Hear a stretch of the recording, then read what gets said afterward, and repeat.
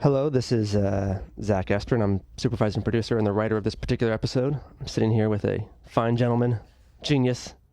Hey, what's up? I'm Greg Yaitanes. I directed this episode of Prison Break. So, Flashback episode, very different from any other episode that we've done on the show. when I came on, I got like the jackpot script. I hadn't, when you get picked to and assigned to direct, you don't know what your story is going to be, what the episode's going to be. And I remember reading the script and calling my wife and saying that, I'm like, Spider-Man, like when Spider-Man became Spider-Man, well, that's my episode. I get to find out how everybody became who they are and what they do. So it was just one of the best scripts I had read in TV, period. And Zack just did such an incredible job with it. It was really, really exciting to get.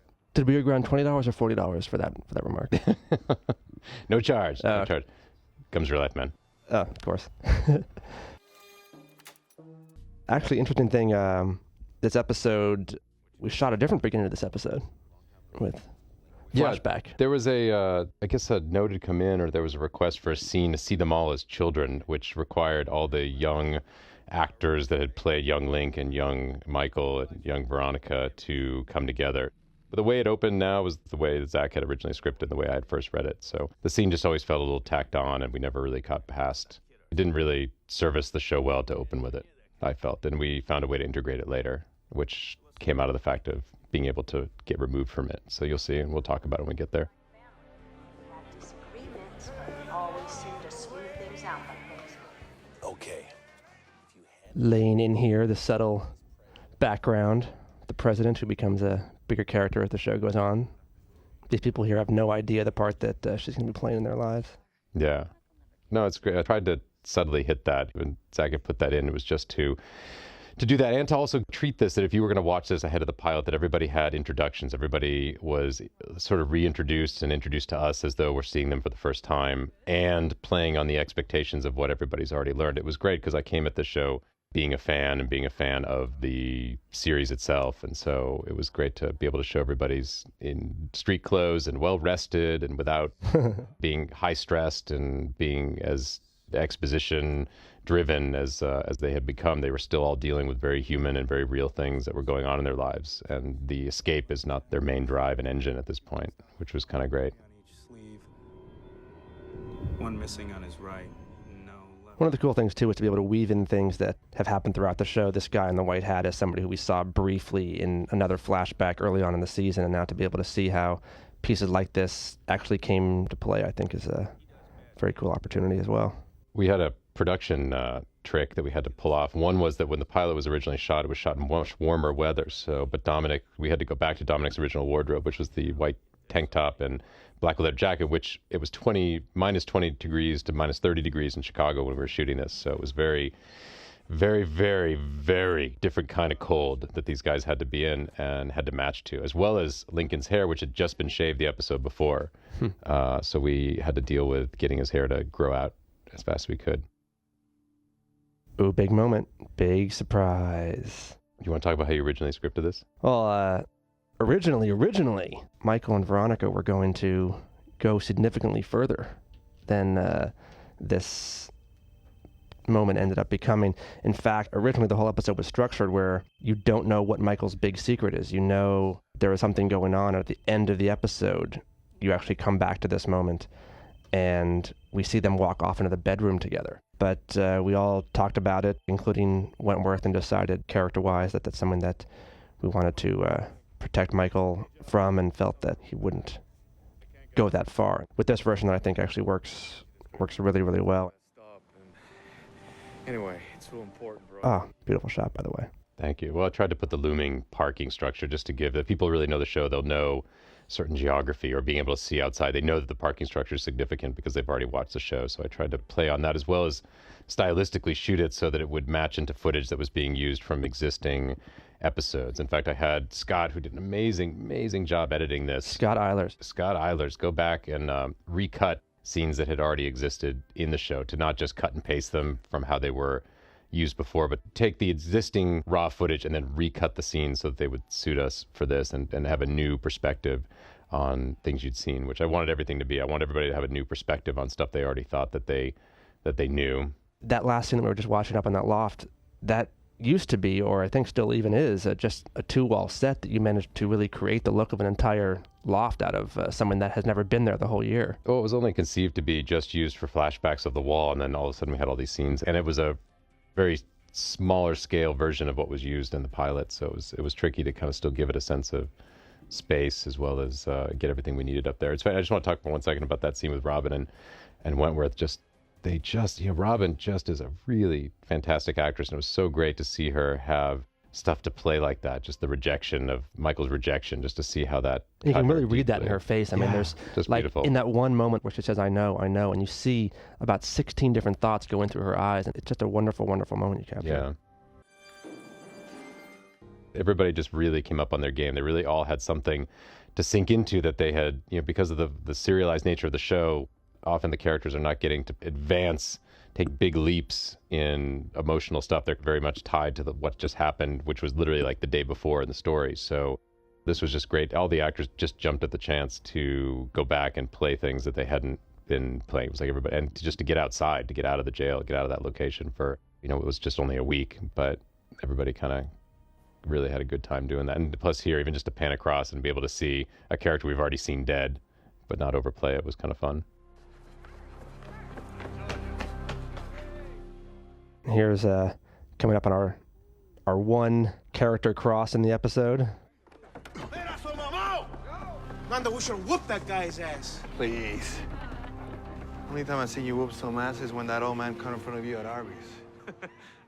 I loved in Zack's writing, there was a sense of fate between these two characters and this sort of star-crossed love that they were going to have. And I loved the idea that had Lincoln not run down that alley that night, these two never would have seen each other. And just the idea of, that bumping into him, catching their eyes, and that starts a whole thing in motion, that each character is somehow connected to each other in a way really it was pretty juicy to play and to be able to sink into. And that, in turn, that kind of writing dictates the tone at which these things get photographed. And Sarah Wayne Callie. Genius. It's fantastic. She heavily researched this role and got into just wanted to be really clear what kind of drugs she was taking, what the highs and lows were, how she'd be reacting. And I thought she did a fantastic job. We really tried to get at the fact that this is like sex for her, that this inhabits her whole body when she shoots up, and that it just is a sense of pleasure, and also comes from a place of that she's doing it to do a better job as a doctor, that it's just always been to keep pushing the limits of what she's coming from, which is the place of wanting to help people, and in turn destroys herself in the process and needs to be. There's so many beautiful little shots in this entire episode that Greg did. One of them coming up right here is it's something that is just so innocuous, but to me, I've always just loved that little moment where her badge is revealed there. And this whole sequence was actually quite a bit longer in the original cut, and it was just so beautifully done, so wonderfully put together. And it's actually incredibly rare when you sit down to write something and then director comes in and films it, and most often it ends up being quite different than you imagined it. And as most writers do, go, oh, this wasn't exactly how I saw it. And this is something where Greg came in and I think he elevated virtually every single scene in this piece, and I couldn't have imagined a better outcome than this episode. Well, thank you. So, come on, seriously. All right. A deal's a deal. This scene was shot on stage. It's again, the big question was how we're going to do Kuwait in the middle of December in Chicago, and that was a location, that was just a soundstage that we redressed and, timed very warm, and also just sweat up the actors, and it was freezing on stage, but I think it's an effective sell, and we managed to recreate the daylight just by using 3/10, which again, I felt really good that just sold what we needed to sell. This location was fantastic, his firm, just to see out the windows and see Chicago. Why? It's Lincoln. I didn't do it. Terrence Stedman. Zack has a great, just concise way of telling the story. This episode in 8 days, or 9 days rather, that we shot it, spanned 35 locations, and it was something like 100 scenes, and we just flew through it. It really was a huge challenge, and it also spoke in a way that was, for me personally, a real departure stylistically. It had a weight to it that I hadn't experienced on an episode of something I had done. There was just a way that it needed to be handled, which was going to stylistically be a little bit different than the show normally is. But I thought, given the evolution, that if you were to consider this a pre-pilot, it was fair game to try out some new ideas that would eventually be responsible to the evolution of what the pilot was, which eventually would become the series. So I tried not to look at it in the context of where we did it, but rather where it fit into the actual mythology.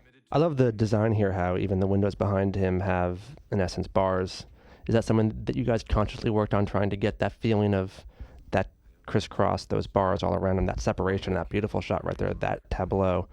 So was that a conscious thing or just something that kind of came out? To be honest, this was, I think, the window was recycled from another set that I don't think ended up getting used. That's right. This actually used to be the execution chamber. Yeah. That we saw Lincoln near-death experience in episode 13. I worked with the production designer just to get a look to the room and to this sort of private visitation that would feel like Lincoln was dangerous, that he was being kept away from everybody else, but also would allow us to shoot and to feel different than the actual prison set itself, that everybody that was so distinctive to the show wanted to very clearly mark that he was not yet there, because that is one of the great scenes coming up, is when we discover he's about to get transferred to Fox River.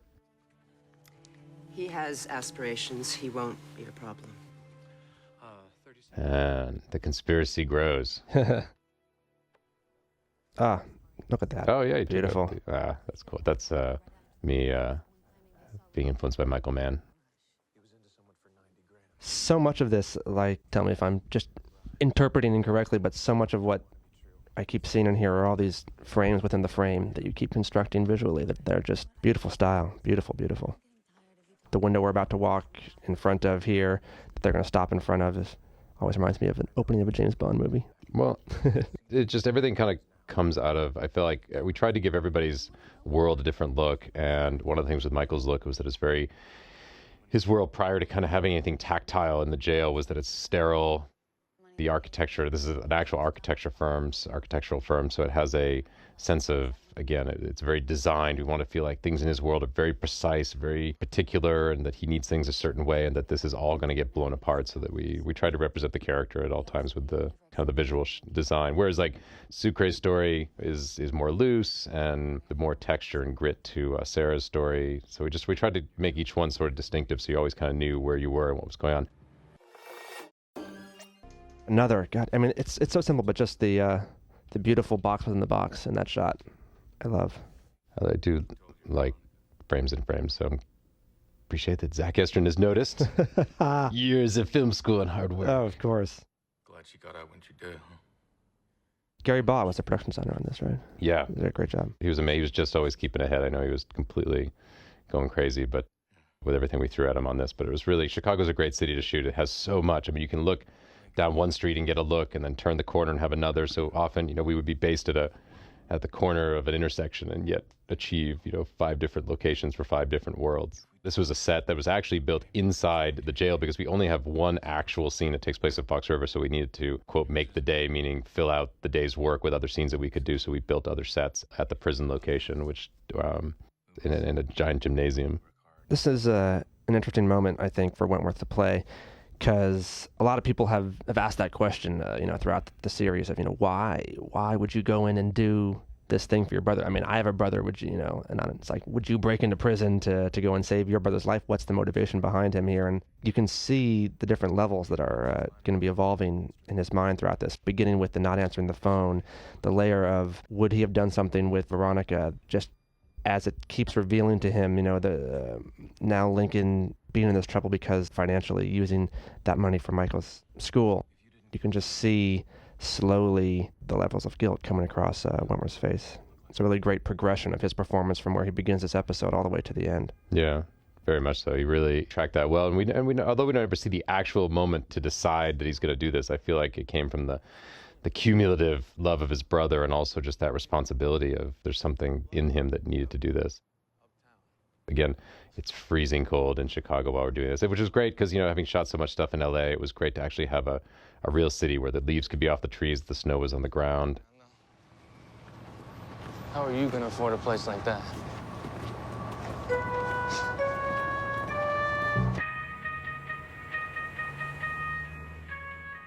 This music, by the way, so the composer did a great job with the music in here. This actually was a track that Scott put in, the editor, and he said, I'll do anything you want on the changes, but please don't make me change the music in the, hey, look at that fake money. Hey, a big pile of fake money. That was I was really happy about that. That was one of my better moves. That was actually a French song that we didn't actually get cleared until like the last moment of the mix. Yeah, it was in there. We had all these stock shot, which actually I think worked out pretty good. Tatooine. Is that what it is? Oddly enough, I believe the Jawas are about to come into frame here. This actually we shot in the jail for Kuwait. This is actually a part of the jail that hasn't really been photographed at the actual Fox River prison. I love the way that you chose to stage this. I mean, that it's very subtle. There's a very wrong way to go with this moment, seeing the torture. Like, you really could have gotten in there and made this a gratuitous, awful scene, and there's just this great feeling of these figures who we don't even really make out exactly what they're doing to who and why. We don't really care because that's not what's important, but it's all playing on Rahman's face. Yeah. Well, it's his point of view. I thought the script had such great point of view of the characters that I just want to try to come at the scenes with the same perspective that we get to see. It's what Rahman's seeing. You can't get a sense of what's happening, but it's just a little and a long way there, and it's going to be more in what you hear and what you imagine. And plus, people have the knowledge of kind of what happened in Iraq, and there's some of that to play on, so they could fill in the blanks if they needed it. There was a beautiful moment in the first cut here that ended up, there were a number of things that were so wonderful that for time we had to trim down, and this was a little bit of one of them. That scene ended with him placing up the article on the window, I believe. Right? Yeah. And it was sort of the beginning, his little decision moment to start doing that, and we felt that, I think at the end of the day, that it was going to take away from the great moment when he starts doing it on the wall in his apartment, that it may indeed step on that. But this is just another... Yeah, the idea with that was just to try to start showing his vertical thinking, just that something was different he wasn't just looking at things on a table anymore. He was going to start to see them in a different way, and that was going to start to evolve into the wall at home. But yeah, it was a good trim. Didn't miss it. It was just an idea we had on the day to try to integrate that. I love Sarah here. She didn't wash her hair for 2 weeks. This guy turned out to be great too. He's great. By the way, this kiss was not in the script, so I'm not sure what's going on there on the day. Well, we just wanted to feel like they were involved. Like I thought it was great. It just helps to keep them connected, and also at the time there was actually a great scripted scene which we never actually got to photograph, which was that character comes back later when she has moved on and after she has this epiphany and manages to recover. But there was another scene that never got scripted. So I think that it'd be good to see that young man comes back to. This is another beautiful sequence. The badge comes back that we laid in earlier. I thought was great.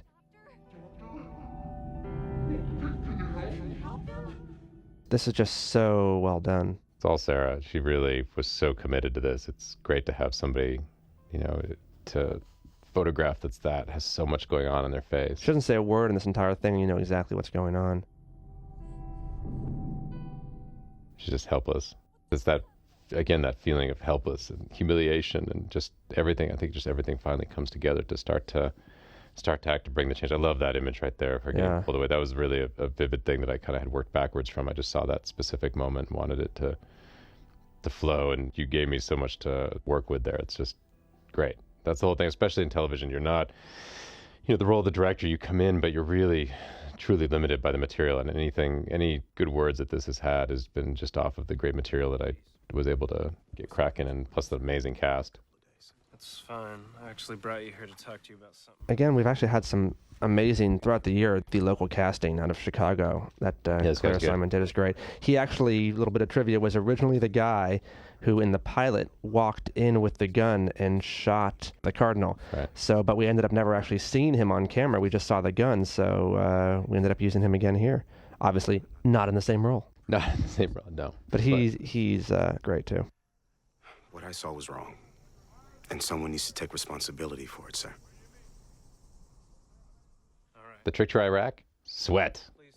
So this was actually just 3 tents that we put outside so that anytime you were looking out, you saw something tent-like, but you would buy that you were outdoors. And really interesting, to get this side of C-Note's character, because he's a guy, I think, who a lot of people watching the show really didn't like because they felt he was working his way onto the team and he was kind of an asshole. And I think people now get a chance to see in this episode the stuff behind him, the reasons why he's in prison. And Rahman does a great job with showing that other side of the character. Another beautiful shot, walking in this courtroom. We have, Your Honor. This is non-actual courtroom. This is just a lobby that we put at the town hall that we put some pews into and made a courtroom out of nothing. The Homage to magic. The Fugitive right there. And this was good. Again, it was Lincoln's scene, so we tried to keep some distance from Robin and from Wentworth on this one and try to get a little bit more into Lincoln's head. And here's where we ended up using the piece from the flashback that was shot in the beginning and not used. But it actually somehow tells the entire story visually, so beautifully matched angle to angle. You get it all without having to have that earlier scene. You understand the entire relationship right there. You see young Michael, and you really just get it. Well, you've landed in this script that they knew each other as kids, so this just confirmed that and did a lot more with less. I think that would have saved us a lot of the trouble. You know what I like? How after we make love? This is great too. The moment here where he jokes around and gives a Zerbert on her belly. That's someone you guys just. That's all them. I just that's let just them. Great. I let them go. I'm not. I don't have my Zerbert plans. Just a delight. We probably had several memos back and forth about the amount of thong that we could see, the exact spatial requirements of ass cheek that were going to be allowed on camera. About 6 or 7 memos, I'm thinking. I'll bet. This is actually, although not mentioned here in the script, it did indicate that the stuff that's happening about this point in the story is about a year. If we start 3 years ago, that this is probably a year from when the pilot sort of happens, is what was indicated. Things are starting to collide. Things have changed. I don't get it. All these commercials show brothers learning computer skills. This was a great location. Look at that. We had control of the trains. The city of Chicago gave us control of the subways, so we had free trains. This is Mike Jones, who's a rapper. He did a nice job. But Rockman's great. He just has so much. He's so internal and has so much happening in there and has such a great process. And again, it was just great to see this character who is there and has such a high sense of honor that it's hard to not find him completely compelling. Another thing that I love that you did, Greg, was that every time you go to these different characters' worlds, that it really feels like we are in another world. It's not just, a lot of TV shows, you just move to a different corner from where you were in the last scene. And the fact that each of these characters inhabit their own part of this city, I think was a great choice. Oh, cool. That this feels completely different than Sucre's neighborhood, which feels completely different from the world that Michael inhabits and Sarah inhabits. It's all very different and great. Well, one of the things I loved about working at Prison Break especially is that there wasn't this, that Paul, you and Matt, everybody's been great to want to make this as cinematic as possible, not just to go for traditional TV cutting with everybody talking and you cut to them and always wanting to bang it tighter for the close-ups. It was great to really be able to use things like the power of a close-up, which we're going to see in this scene, to mean much more and to really to get inside the head. I wanted this again to be, when we're with Michael's stories, just to get as subjective as possible. I think that's one of the things I really took from the script was really, there's just a great way to get inside this character's head, and thought that's something that as a fan I'd really want to experience. So again, I tried to make the Fans Fan episode, written by Zack Estrin. Directed by Greg Yaitanes. We have all man crush going on here with each other. Come on now. It's just embarrassing, but it's okay. Vocational affection. It's all healthy. It's all healthy. And the origin of the bird. Yeah. This is something that we came up with a little bit later in the script. It was something that was not in several of the first takes that the script. It was something that was in the back of my head, just going, I want to find a way to just somehow, we want to show why this bird. I mean, the pilot, it kind of makes no sense, really. It just sort of appears as as a duck, as John Abruzzi said. Fox River. This is a great moment. At the moment with the, just again. The Fox River when it rings the bell. And he just has so much, even just the hint of a smile, like just hidden in his head of what's going on. The crane, we looked it up, and I think actually that the bird actually ended up meaning this great thing about the show, and I think it wasn't even intended in the very beginning when Paul first had the bird. He just kind of said, I kind of did it. And turns out that the bird means something really important between these two characters. This shot right here was actually important to preserve as a whole. I didn't end up shooting any close-ups of anybody in this scene because I really wanted to sell the domestic world because of what's about to happen next. I love this moment, just this slow checking the hair by the door. It says it all. She's, there's a new person I want to impress. Best surprise. And there he is. Teabag. Now, Teabag here says, good evening, Mrs. Hollander. There's a little story behind Mrs. Hollander I should talk about. It was very important to preserve this name because big story back in college, perhaps an inappropriate story. Little seminar on responsibility of what do you do? This is in college. A woman came to our class and said, what do you do if there's a woman, she's been drunk and she's just, in your room, what do you do? What do you do? And the guy sitting next to me, his name was Jason Hollander, and I raised my hand and I said, you say, wake up, Mrs. Hollander. It's an homage. And there it is. This was, again, important. Again, we're always trying to move the story here and make sure everybody was clear. We added pictures of Fox River, the name Fox River, just tried to make it clear that he was taking the plans for Fox River, just to hit that and keep everybody. We didn't want anybody to ever be wondering what was happening, because it was such a complicated story that we all wanted everybody to be constantly paying attention to the actors and paying attention to their situations and their struggles. When? As soon as I can afford the ring. There's a guy you see sitting here who is always in these scenes but never has any lines. He actually originally had some lines, but as many things happen over the course of production budgets, you cut out a speaking role and gives lines to other people. I think it actually works better this way. Now he's the quiet one. Yes. The enigmatic quiet one that has a website. The artist formerly known as Emilio, I believe. Yeah, exactly. But we do get a chance to see the origin of Monche and Sucre's relationship. He ended up becoming a significant part of the show. It was nice to try and earn that here. I think you should look at the reality here. Seriously, Primo. How are you gonna afford a ring for a girl like that, huh? The French music callback. Yes, genius. Again, we didn't have all the, originally we did not, when we did this, we did not plan to go outside. And so we shot his getting captured with just lights on his face and kept it very subtle. And then there was a scene added later where we went outside and saw the 911 call made, just to really land that he had been betrayed, that it wasn't just an accident. He had been arrested at the wrong time. So we didn't actually have any cop cars here. It was very important in this story to the powers that be that we really get new information out of each of these stories and not just, a little window. And that's one of the things that we opened up in Sucre's story was, how did he end up in jail? And we see now that his cousin is the one who Betrayed made the call. him. Still with his phone out. At 2, Hector. At 2. Speaking of that kind of information and the vice president, you took out a line about the father will just draw him out. Is that Michelle Forbes had in the previous scene inside of her office? Any reason why that got taken? That was such a good nugget. That was a juicy nugget. We were 12 minutes over. It's one of those things. It was just like little trims. Yeah, originally, though, there was a little piece that was foreshadowing of things to come in the show, and exactly how this whole thing is all about Lincoln's father. Right, which I thought was great. Like, again, a good hint. But I guess this just keeps it so that this could still exist in anywhere. You could watch this anywhere in the course of watching Prison Break and not have it take away or ruin any surprises. For his mistake, he can pay for the damn house. And I've been clean for 18 months now. By the way, this was perfect timing because we got the sun setting. This is one of those rare times where you get the light exactly the way you hope. So perfect. In fact, look at that. It's beautiful.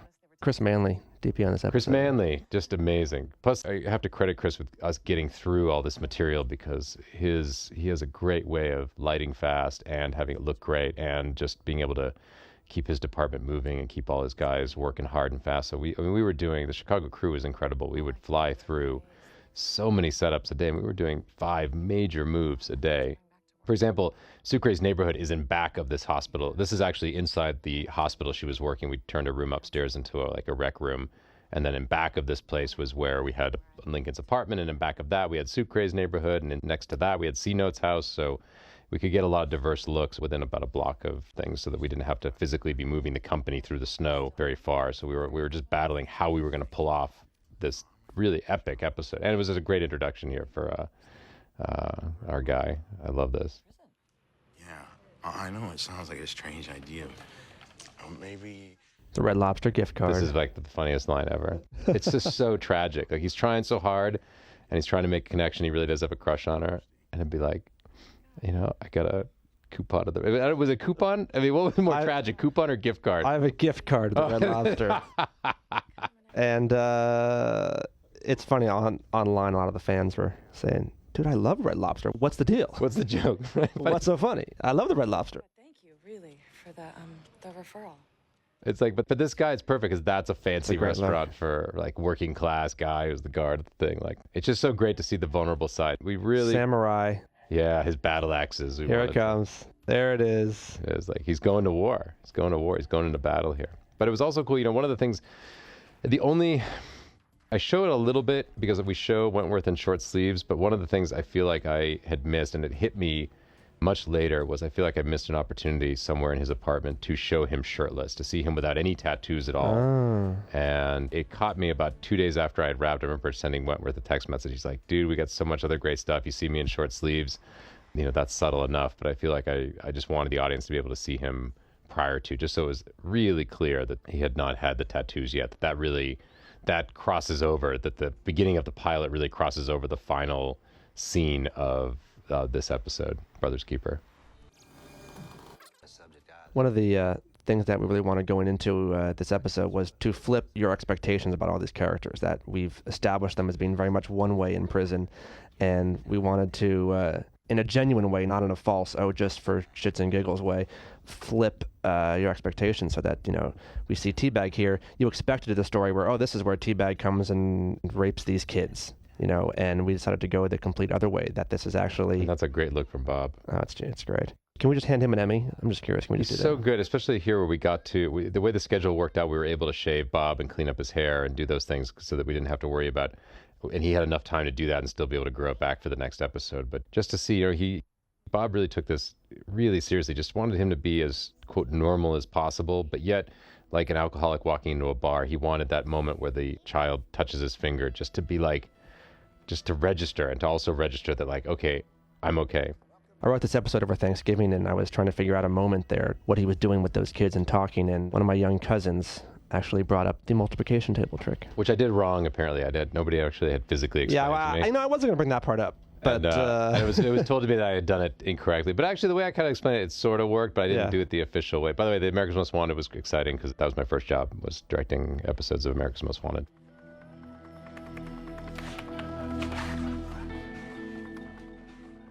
Again, just another great way to shoot this overhead, just finding all the different ways to shoot this very limited set.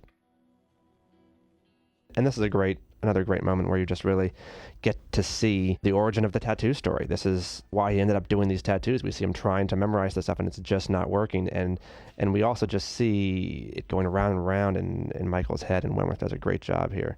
These shots are great. It's also good. It also made it organic, so it didn't seem like it. It seems so extreme to get your body tattooed that this really helps. You can see the wall shaking there, the set wall. It's terrible. It's fake money and moving the sets. I'm a total hack. Yeah, never mind the fact that it's perhaps one of the most brilliantly directed episodes of television that I've ever been a part of. This is still, I think, one of my favorite scenes.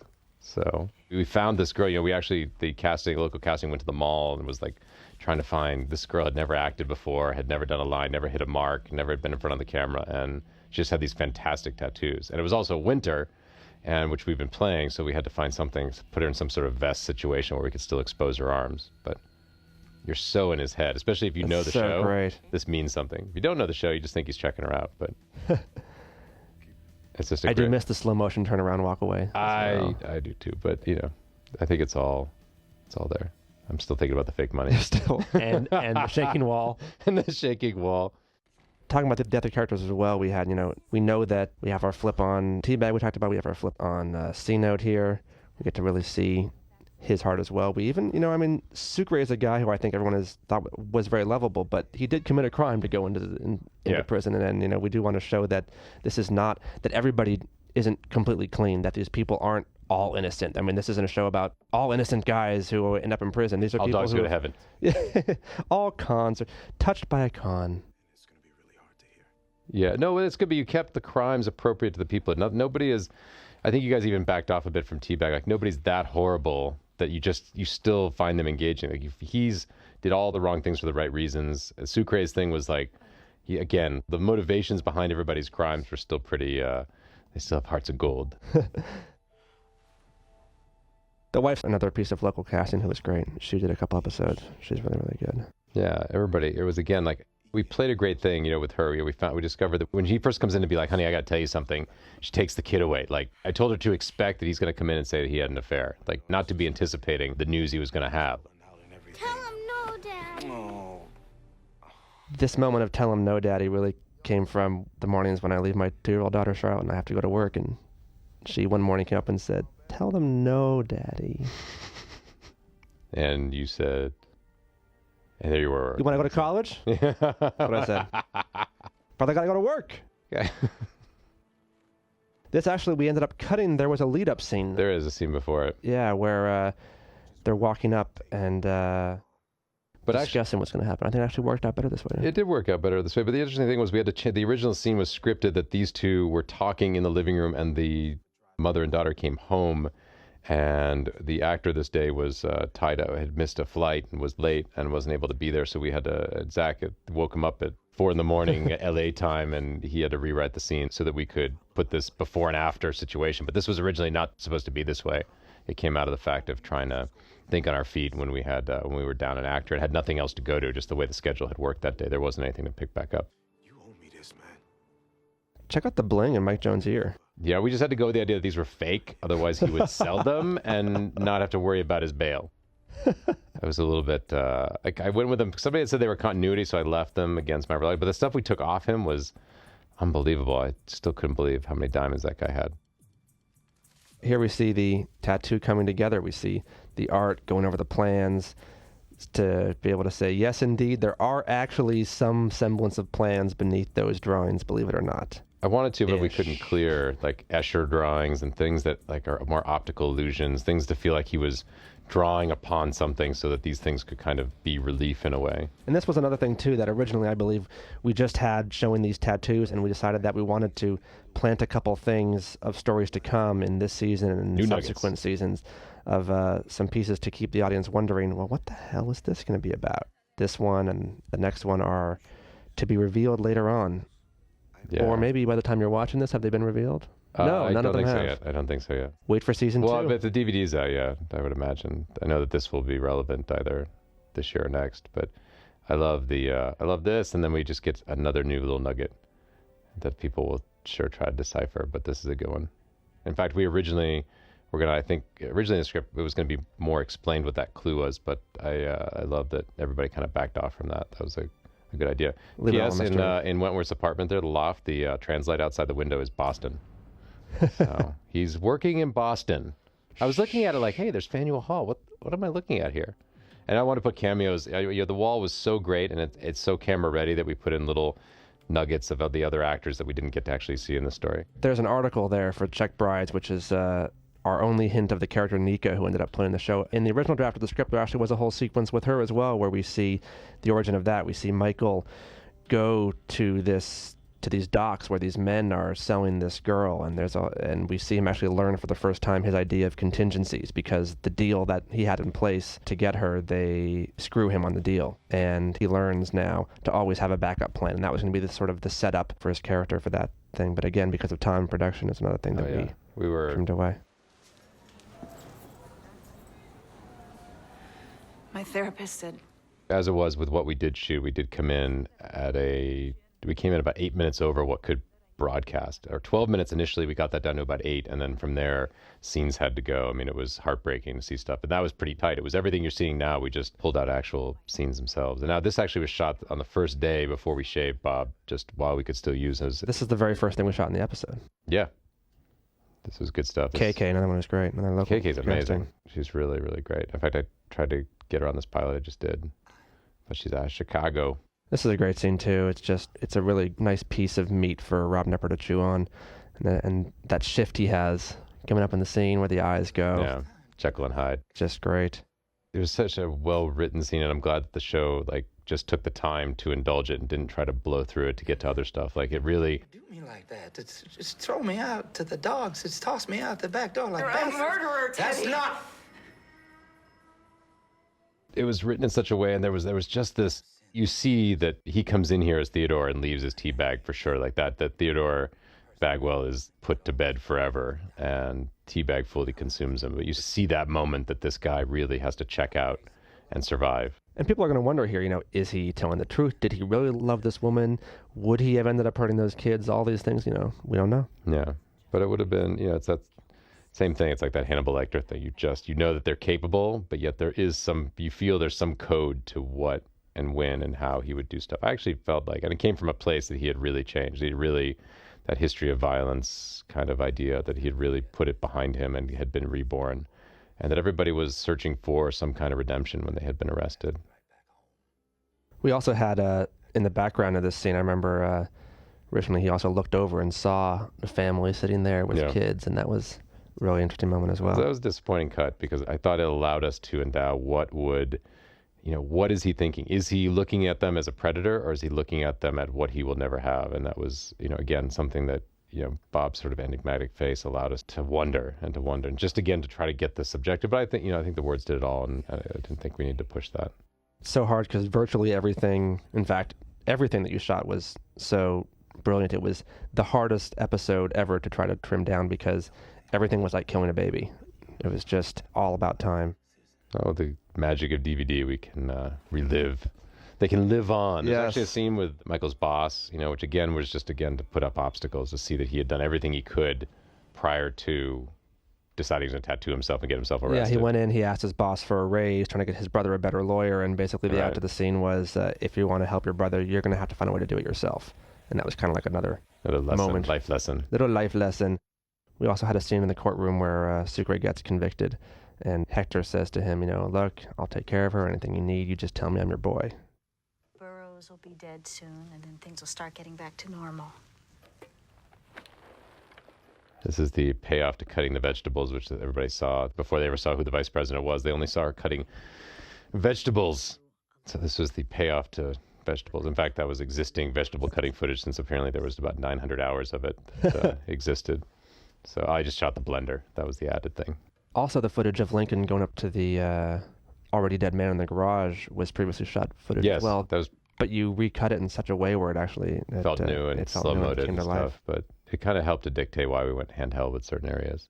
Terrence Stedman, I love the fact that you stayed away from him here too. So I didn't know when I was watching the final cut of it if you would go to his face, but I'm glad it was just for a flash, just long enough, still just to be able to not linger or get into it. But this actually, funny enough, that was the original end, and Scott Eilers had made this change in the structure to end on our hero, and I think is the exact right thing to do. Which, really, I initially had resisted it, thinking that it would, to go out on the twist and to go out on the whole bang and the new piece of info, but it really connected it and gave it more heart. And just, you see everything going on in Wentworth's face here. He was so focused, and he's looking directly into the lens, which I thought would add more impact, as though we're the mirror that he's getting dressed in front of.